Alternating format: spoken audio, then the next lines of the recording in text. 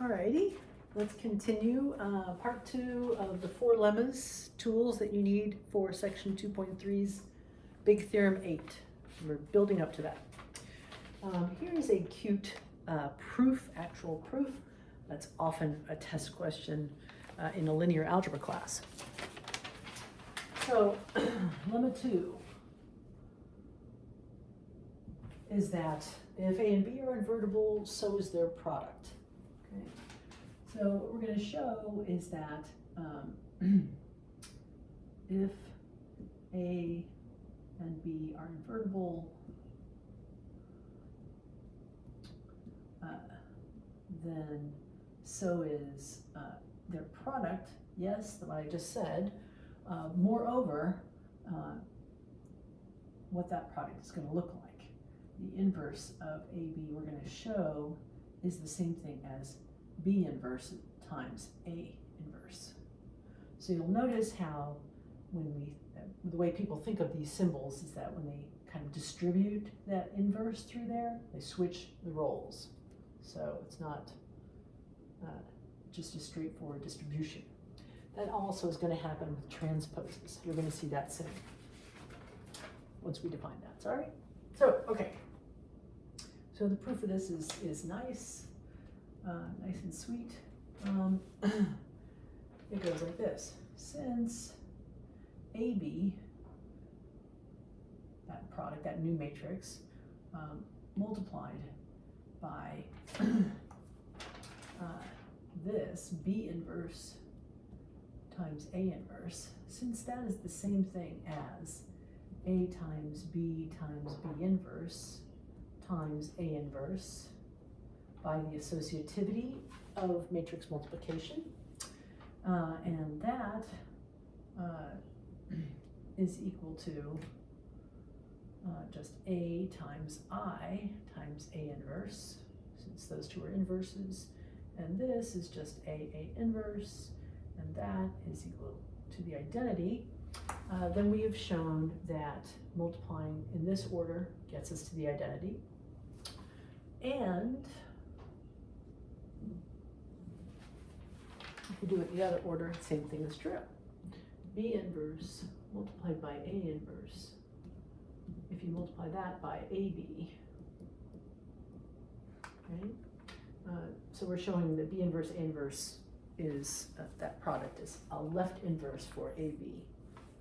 Again, that's equal to B inverse times A inverse A by the associativity of matrix multiplication, multiplied by B is equal to B inverse times I times B is equal to B inverse times B is equal to the identity.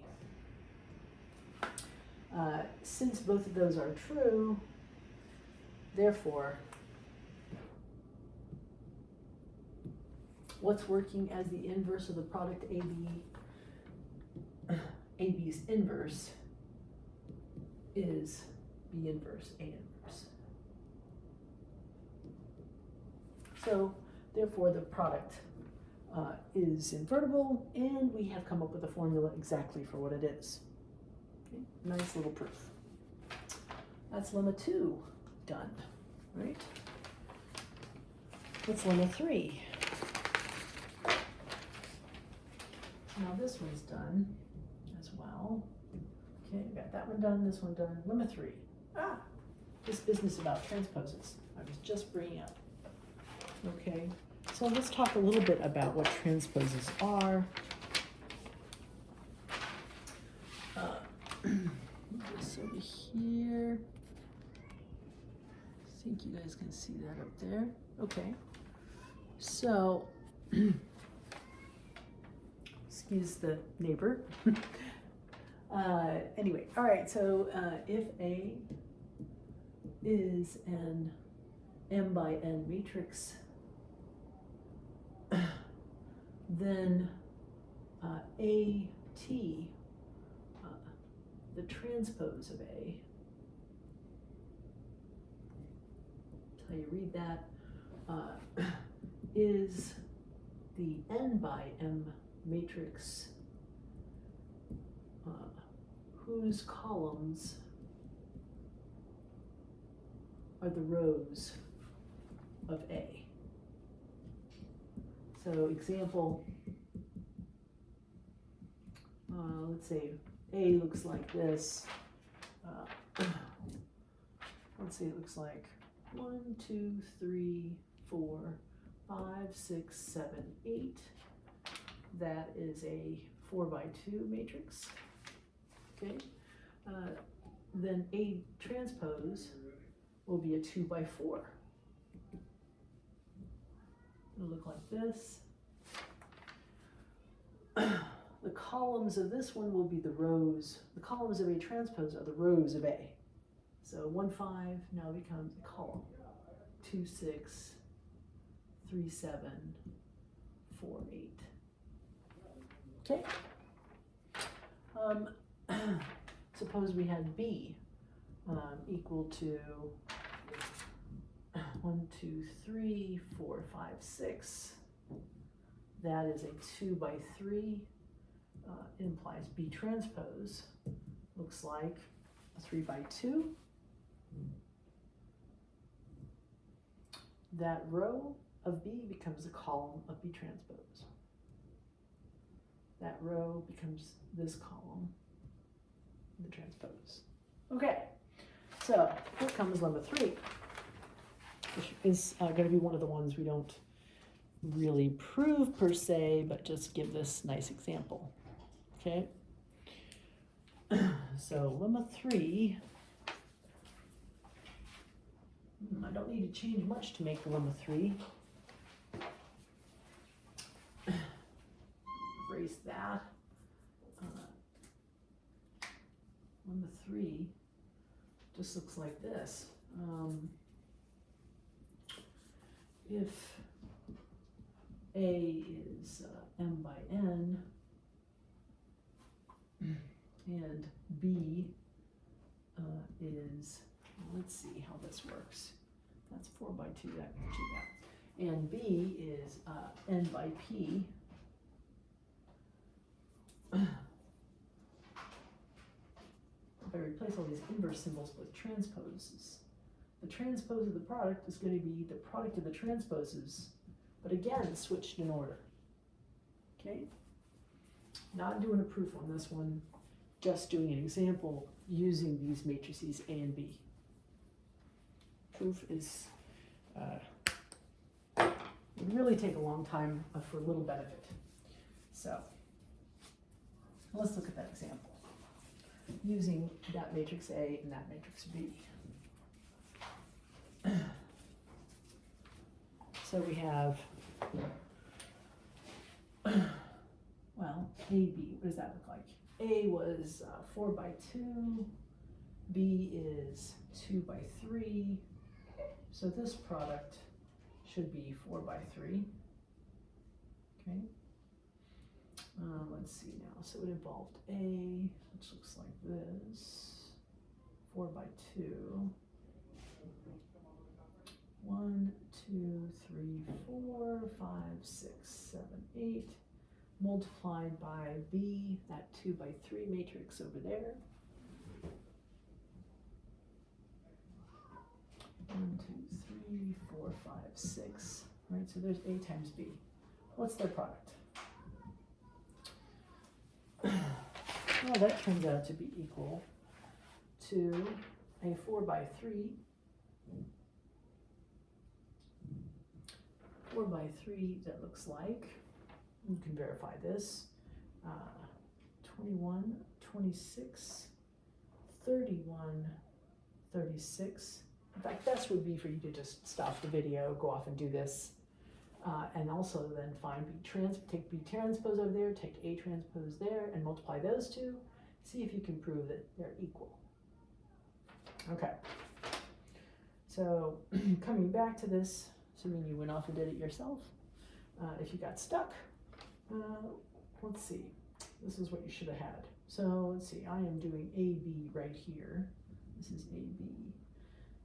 That looks like and 27, 34, 41, 48, 33, 42, 51, 60 has this interesting 31, 41, 51 pattern, and 36, 48, 60 pattern, multiples of 12, multiples of 10, what are these, multiples of 8? Yeah, yes they are. Multiples of 4? Oh, wow, look at that. I don't know why. You could figure that out. So that's AB. All right. What does B transpose A look like? B transpose A, transpose. So that's this one, B transpose multiplied by A transpose in that order. So that looks like 1, 2, 3, 4, 5, 6 multiplied by A transpose. That looks like that. 1, 2, 3, 4, 5, 6, 7, 8. If you multiply those, what do you get? B transpose A transpose ends up looking like this. What is it? Let's see, this is 3 by 2, this is a 2 by 4, so the product is 3 by 4, that's a good sign. B transpose times A transpose looks like this. 21, 27, 33, 26, 34, 42, 31, 41, 51, 36, 48, 60. Right there. Can you guys see that? There it is. Excuse me. So there, this is B transpose A transpose. It is a 3 by 4 matrix. You will notice that it is in fact equal to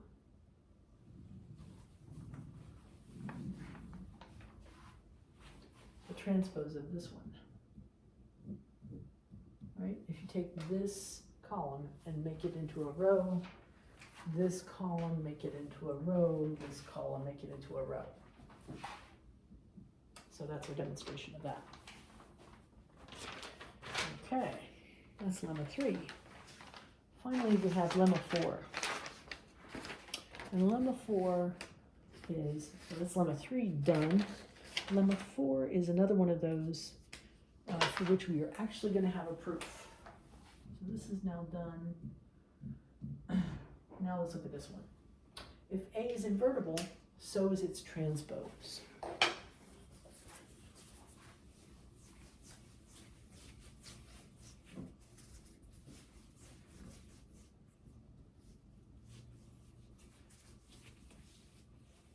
That's a nice short and sweet one. Again, often a test question. Lemma 4. If A is invertible, so is its transpose.